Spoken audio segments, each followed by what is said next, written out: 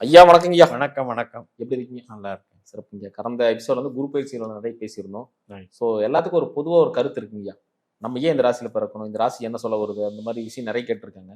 ஆனா ராசிக்குள்ள இருக்கிற சர்க்யூட், நட்சத்திரம். இப்போ ஒருத்தர் வந்து மேச ராசியில பிறக்கறாருன்னா, ஒருத்தர் முன்கோபம் அதிகமா இருக்கும்.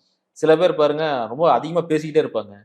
அந்த மாதிரி ஒவ்வொருத்தருக்கும் ஒவ்வொரு விதமான குறிக்கோள் இருக்கும். அதுவும் மேசத்துல 3 நட்சத்திரம் இருக்கு. ஒவ்வொரு பாட்டா எடுத்தா ஒவ்வொரு டிசைன்ஸ்ல குணாதிசயங்கள் மாறுபட்டு இருக்காங்க. அது எதனால? அத பத்தி கொஞ்சம் சொல்லுங்க. நல்ல ஆராய்ச்சிகரமான சப்ஜெக்ட்டு கேட்குறது. ஆனா, இத சிம்பிளா நம்ம முடிக்கலாம். ம். ஏன்னா, நம்ம டெப்த்தா போனோம்னா, அது கிளாஸ் எடுக்கிற மாரி டெக்னிக்கலா போயிடும். இப்ப எல்லா ஜனங்களுக்கும் புரியிற மாரி நம்ம பேசலாம். ம். இப்ப வித்தியாசம் ஏன் வருது அப்படின்னா, காலச்சக்கரம்னு ஒண்ணு இருக்குங்க. பிரபஞ்சத்துக்கு ஒரு நீள்வட்டம். ம். நமக்கு பூமியை சுத்தி, அதாவது பால்வெளி மண்டலத்துல நம்மளுடைய சூரிய மண்டலம் ஒரு சின்ன தூசு. ம். அந்த பால்வெளி மண்டலம் அப்படிங்கிறதே ஒரு ஒரு நீள்வட்ட வடிவில் ஒரு தட்டு மாதிரி வச்சுக்கோங்களேன். ம். ஒரு 15 டிகிரியில் ஒரு சேனல் மாதிரி போட்டால் எப்படி இருக்கும்? ம். தண்டவாளம் மாதிரி அப்படி இருக்குன்னு வச்சுக்கோங்களேன். அந்த ஒரு பட்டை. ம். அதில் 360 டிகிரி இருக்கு. ம். அந்த 360 டிகிரியில தான் மேஷங்கிறது ஒரு 30 டிகிரி. இந்த 30 டிகிரிக்கு நீங்க பிறக்கிற அந்த ராசின்னு நாம நினைச்சிட்டு இருக்கோம். ம். இந்த 30 டிகிரிக்குள்ள 1வது டிகிரியிலிருந்து 30 டிகிரிக்குள்ள நான் மேஷத்துல பிறந்துட்டேன் ம். அப்படின்னு நம்ம நினைச்சுக்கிறோம்.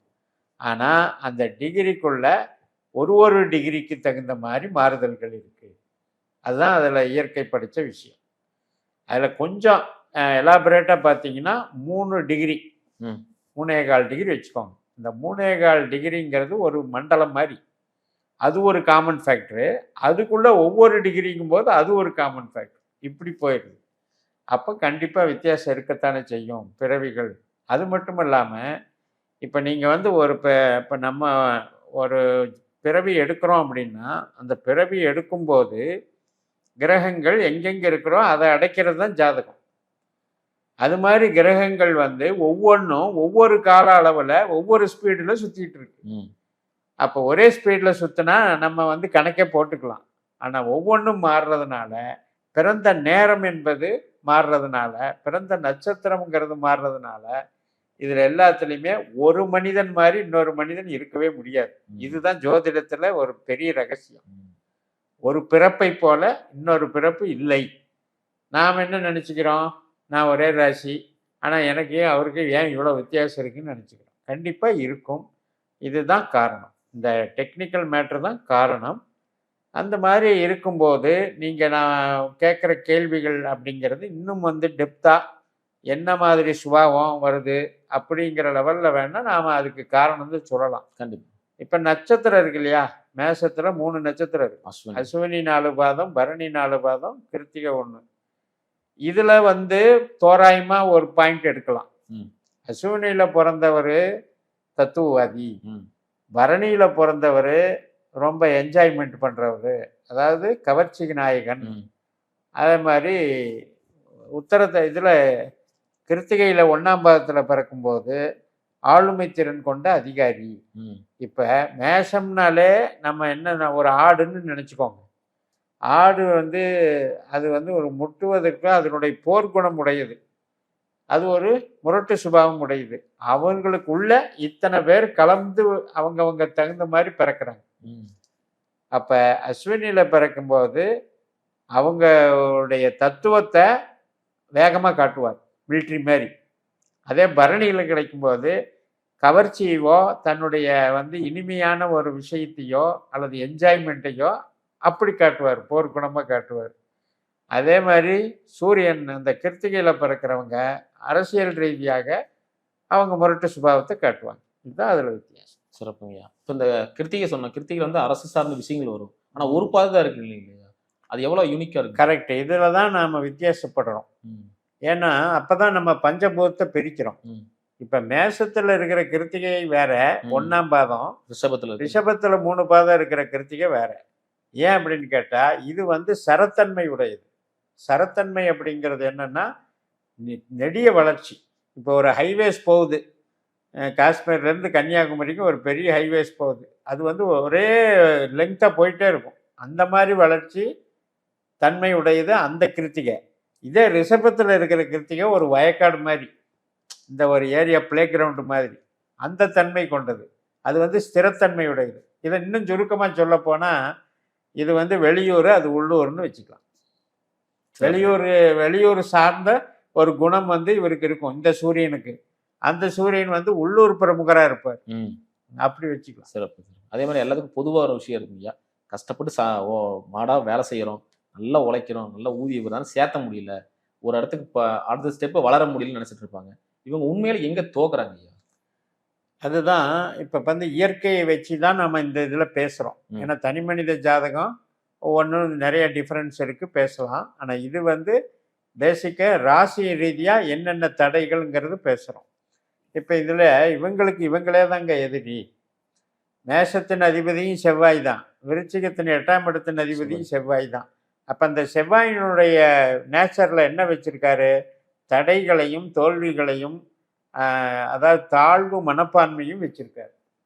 ஸ்ட்ரெஸ் ஆகுறது, தன்னைத்தானே வருத்திக்கிறது, அந்த குணத்தையும் வச்சுக்கிறார்.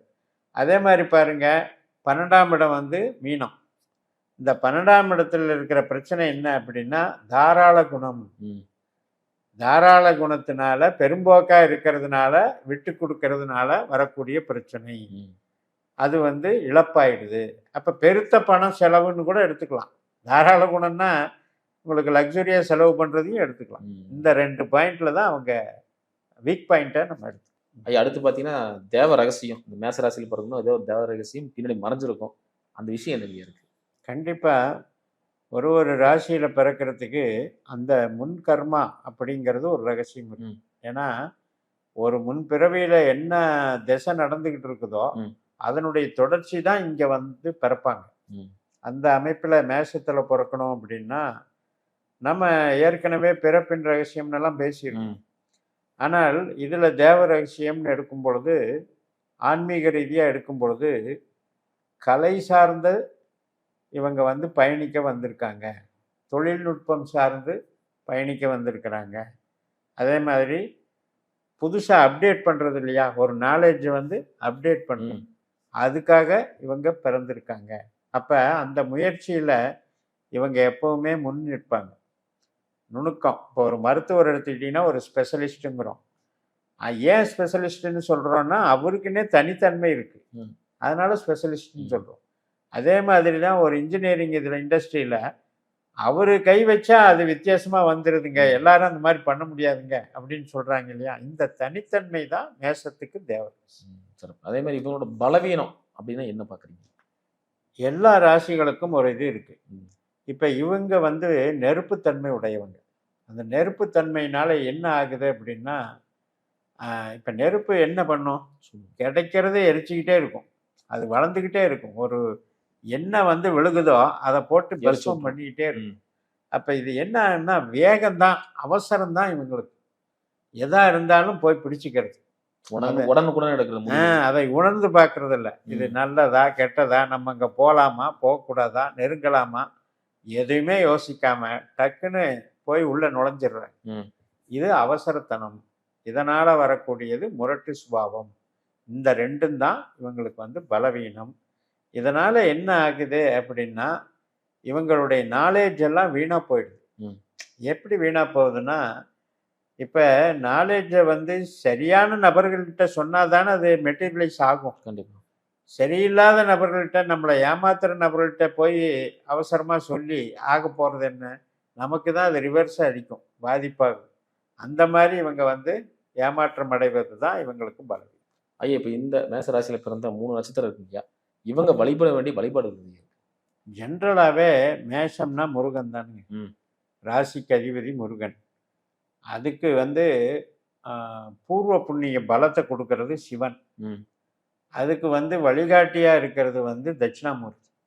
ஆக சிவன், முருகன், குரு, இந்த 3 பேரை பிடிச்சிக்கணும். அப்படின்னா என்ன அர்த்தம்னா, தகப்பனாரை நாம் அனுசரிக்கணும், அதே மாதிரி நம்மளுக்கு சொல்லித்தர்ற டீச்சரை அனுசரிக்கணும், அதே மாதிரி நம்மளுடைய சுயபலத்துக்கு நாம் வந்து சுய தியானம் பண்ணணும், ஸ்பிரிச்சுவல் எஃபெக்ட் பண்ணணும். அதாவது ஒருத்தர் வந்து உடம்ப பயிற்சி பண்ணாதானே அவர் வெற்றி பெற முடியும். ஆமா. படை வீரன் அப்படின்னா அது எப்பவுமே பயிற்சி பண்ணிட்டே இருப்பாங்க. ம். அப்போ ஒரு ரெகுலாரிட்டி பயிற்சி வேணும், ப்ளஸ் தந்தையினுடைய அனுசரணை வேணும், ப்ளஸ் குருவினுடைய வழிகாட்டுதல் வேணும். இந்த மூணையும் வழிபட்டாங்கன்னா இவங்களுக்கு ரொம்ப ரொம்ப சிறப்பு.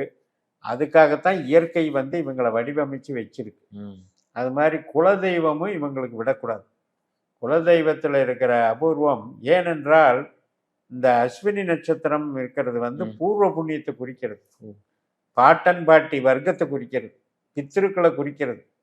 அப்ப அப்பேற்பட்ட இது வந்து குலதெய்வம் முன்னோர்கள் கும்பிட்டது தானே குலதெய்வம். கண்டிப்பா. அப்ப அந்த இதையும் விடக்கூடாது. ம். அதுதான் இவங்களுக்கு வந்து மிகப்பெரிய ஒரு பொக்கிஷம். இதை வந்து இவங்க எப்படி ஃபாலோ பண்ணலாம் அப்படின்னா, அது அஸ்வினி மகம் மூலத்தில் வந்து முன்னோர்களை வழிபடுறது, குலதெய்வத்தை வழிபடுறதெல்லாம் பண்ணிக்கலாம். இந்த மற்ற நட்சத்திரம் பார்த்தீங்கன்னா உங்களுக்கு ரோகிணியிலேயோ கிருத்திகையிலேயோ மிருகசிரீஷத்துலேயோ இந்த 3 நட்சத்திரத்துலேயும் நான் சொன்ன மாதிரி சிவபெருமான குருநாதரை சொல்லி கொடுத்தவங்கள தட்சிணாமூர்த்தியை தாராளமாக வழிபடும். சிறப்பு. இதுதான் இவங்களுக்கு வந்து சிறப்பு. சிறப்பு. ரொம்ப அருமையா சொன்னீங்க. மீண்டும் அடுத்த காலம் சந்திக்கலாங்க. நன்றிங்க.